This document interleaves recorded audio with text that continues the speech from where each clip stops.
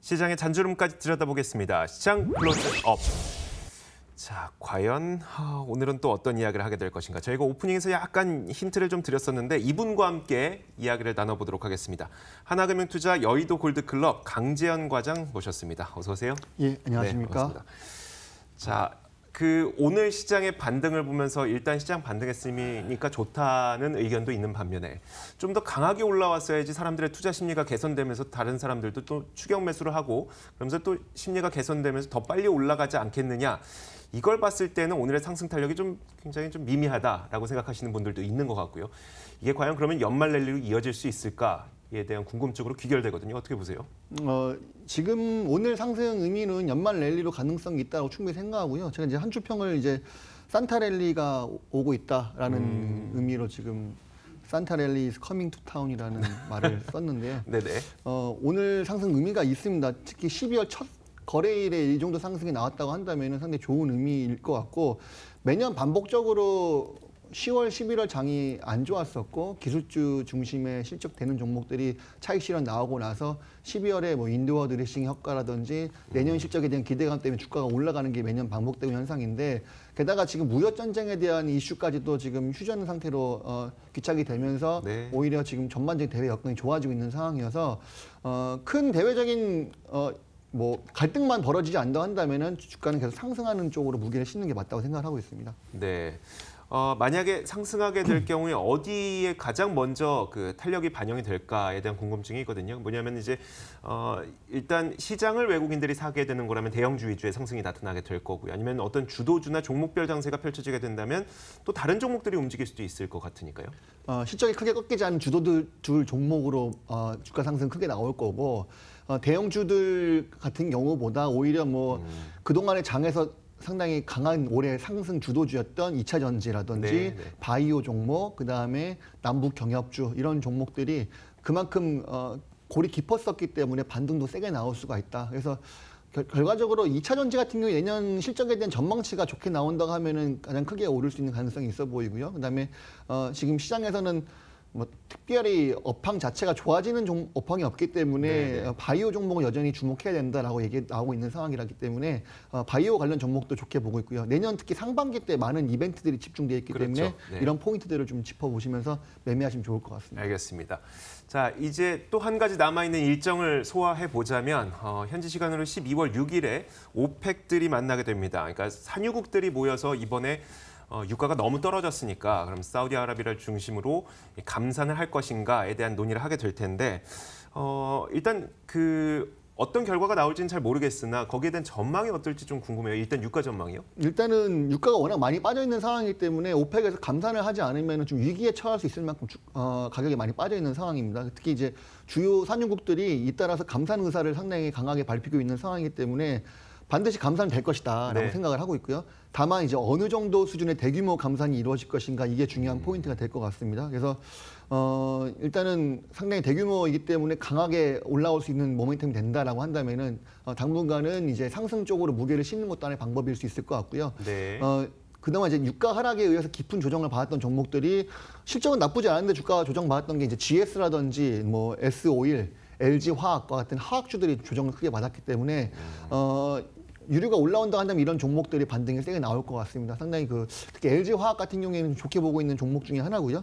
그다음에 조정받았던 종목들 오히려 이제 건설주는 남북 경협에 엮여서 주가가 크게 빠지진 않았지만 이것도 유가가 상승하게 되면은 건설주들도 상당히 혜택을 받을 수밖에 없는 네네. 상황이거든요. 결과적으로 한국인이 돈을 많이 벌게 되면은 건설에 대한 의지가 많이 생기기 네네. 때문에 건설주도 많이 좋아질 수밖에 있는 거고 반면에 이제 유가 하락 때문에 수혜받았던 항공이나 해운주 이런 종목들 같은 경우에는 일시적인 조정이 나올 수도 있겠다 이렇게 판단을 하고 있습니다. 그런데 반대로 만약에 유가가 조금 더 떨어지게 된다면 또 항공주나 이런 쪽에서는 수혜를 받을 수도 있겠네요. 예, 그게 반대로 볼 수 있는 거고 근데 지금 현재 너무 주가가 워낙 유류 가격이 워낙 많이 빠져 있는 상황이기 때문에 바닥을 찾는 지금 시점인 것 같아요. 뭐 추가 급락을 하기 위해서 방향을 모색하고 있는 느낌보다는요. 예. 네, 알겠습니다. 자, 종목들도 한번 살펴보도록 하겠습니다. 삼성전자가 오늘 시장에서 3% 넘게 올라가고 있습니다. 자, 원래 삼성전자가 오를 환경들은 좀 계속해서 제공이 되고 있었어요. 디램 가격이 최근 들어서 올라가고 있었고 또 실적도 좋았었고요. 물론 앞으로의 전망 때문에 좀 불확실성이 있긴 했습니다만 자사주도 소개했고요. 하지만 장 빠지면서 삼성전자가 버틸 수가 없었는데 이제는 어떻게 될까요? 좀 바닥을 다지고 올라서게 될까요? 자사주 소각 나온 거는 지난주였는데 네. 오히려 주가는 약세를 기록했죠. 그 네. 얘기는 이제 주 가치를 제고하기 위한 어떤 정책 자체가 단기적인 효과를 나타낸다기보다는 통상적으로 그 효과가 늦게 나타나는 경우가 좀 많습니다. 옛날 과거에 이제 뭐 자사주 매입이나 이런 것들 한 번에 단기간에 이루어진 게 아니라 차근차근 소각하거나 네네. 사들이는 케이스이기 때문에 그런 의미 때문에 좀 시간이 좀 걸린다고 볼 수 있을 것 같고요. 결국은 삼성전자의 상승은 이런 정책보다는 대외적인 환경에 의해서 결정된다라고 보실 수가 있겠습니다. 일단 무역 전쟁에 대한 지금 휴전에 대한 얘기가 나오면서 주가가 상승한 정도 수준인 것 같고요.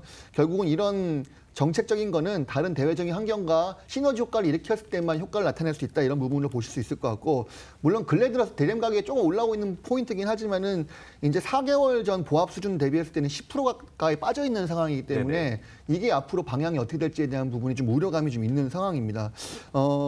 상당히 급격한 하락 곡선을 좀 그린 상태고 그렇게 얘기하면 삼성전자에 대해서 상당히 안 좋게만 얘기하는 것 같은데 좀 더 심플하게 말씀드리면 삼성전자는 과거 3년 전에 주가가 현재 3년 후의 주가보다 낮았던 적은 없었어요. 그러니까 높았던 적이. 그러니까 무슨 얘기냐면은 3년 이상 분할로 매집하게 되면은 반드시 수익 볼 수 있을 만한 종목이다. 그래서 장기 투자에는 상당히 적합한 종목인 거고 시중 금리 이상으로 수익 낼 수 있을 만한 안전한 종목이기 때문에 본 종목이 지금처럼 뭐 큰 지지부진 움직임 없이 계속 나온다 하면 오히려 기회라고 생각하시면서 장기 투자를 선호하신 분들은 분명히 좋은 종목 투자 기회가 될 것이다라고 판단하고 있습니다. 네, 알겠습니다.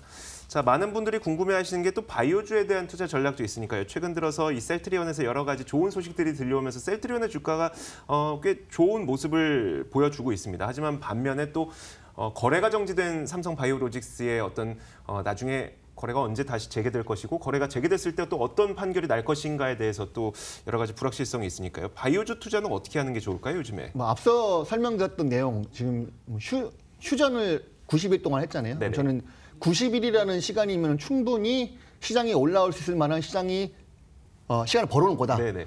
지금 삼성 바이오로직스 이것도 거래 정지가 휴전 같아요. 그렇죠. 네, 그런 걸 비교해 볼 수 있는 부분인 것 같습니다. 그 사이에 시간이 지나면서 삼성 바이오로직스도 회계 처리에 대한 소송도 진행될 거고 상장 폐지에 대한 가능성은 어느 정도 희석이 될 겁니다. 뭐 어떤 좋은 방향으로 흘러갈 가능성이 충분히 있을 거라 생각이 들고 지금 바이오 상승을 이끌고 있는 주가는 이건 휴전이기 때문에 좀 덮어둔 상태가 된 거고 특히 셀트리온의 어떤 주가 상승이 좀 두드러지면서 주가 흐름이 좋게 나오는 거라고 볼 수 있겠죠. 일단 뭐 에이지 신약인 텔믹시스라든지 혈액암 바이오시밀러인 트룩시마가 미국 네. 시장에 진출해서 얼마만큼 막대한 또 수익을 낼 것인가 이런 부분이 상당히 기대감이 커지고 있는 상황이죠. 그래서 전반적인 바이오 종목에 대한 훈풍을 불러주고 있는 거는 사실이라고 생각합니다. 결과적으로 내년 상반기에 임상 3상이 결과가 나오는 종목들이 상당히 많습니다. 이런 네. 종목들이 기대감이 커 보이는 거고 그리고 특히 좀 빨리 이벤트가 집중되어 있는 종목이 엔지캠 생명과학이라는 종목인데 네. 그 엔지캠 생명과학은 올해 12월 초에 이벤트가 하나 집중되어 있는 게 있습니다.